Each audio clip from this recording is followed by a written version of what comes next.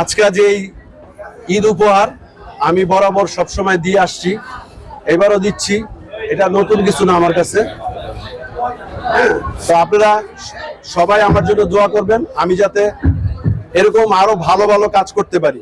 এবং আমাকে যদি মোগরাপাড়া ইউনিয়নবাসীর কাছে আমার একটা মেসেজ, মোগরাপাড়া ইউনিয়নবাসী যদি আমাকে সুযোগ দেয়,